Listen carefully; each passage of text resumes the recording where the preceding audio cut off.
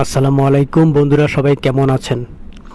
আজকে দেখতে পাচ্ছেন আমি রান্না করেছি গিলা এবং কলিজা। তো আসলে প্রবাসী জীবনটা অনেক কষ্টের। আমরা প্রবাসে যারা থাকি তারা অনেক কষ্টে আমাদের দিনটা যায়।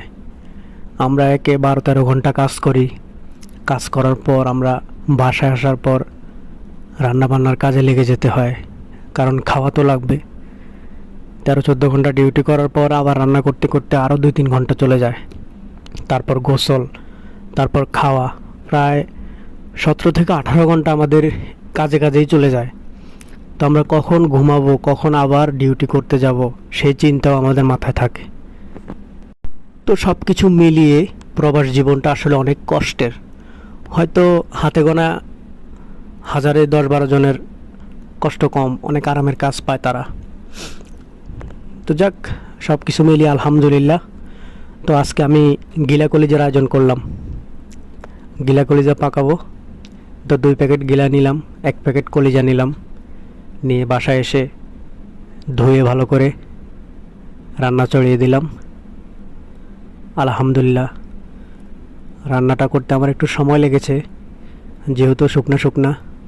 তো দেখুন বন্ধুরা, রান্নাটা হয়ে গেছে। তো এখন খাওয়ার প্রস্তুতি চলছে। মাশাআল্লাহ, অনেক স্বাদ হয়েছে জিনিসটা। অনেক গরম গরম গরম নিয়ে নিলাম, কারণ সময় নাই হাতে সময় নাই।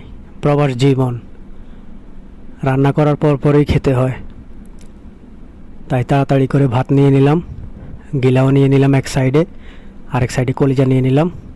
তো খাওয়া শুরু করলাম। বিসমিল্লাহ, আলহামদুলিল্লাহ। মহান আল্লাহ রাব্বুল আলামিনের কাছে লাখ কোটি শুকরিয়া।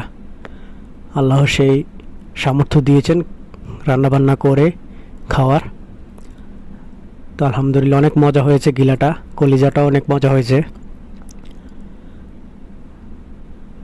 তো এইভাবেই আমাদের প্রবাস জীবনটা কাটে। এভাবেই আমরা প্রতিদিন 14-15 ঘন্টা 16 ঘন্টা ডিউটি করার পর মাস শেষে বেতন পাই। তারপর আমরা মা বাবার মুখে হাসি ফোটাই সেই বেতন দিয়ে। তো এইভাবেই আমরা পরিবারের মুখে হাসি ফোটাই। আলহামদুলিল্লাহ, মহান আল্লাহ সকল প্রবাসীদেরকে ভালো রাখুক, এই দোয়াই করি।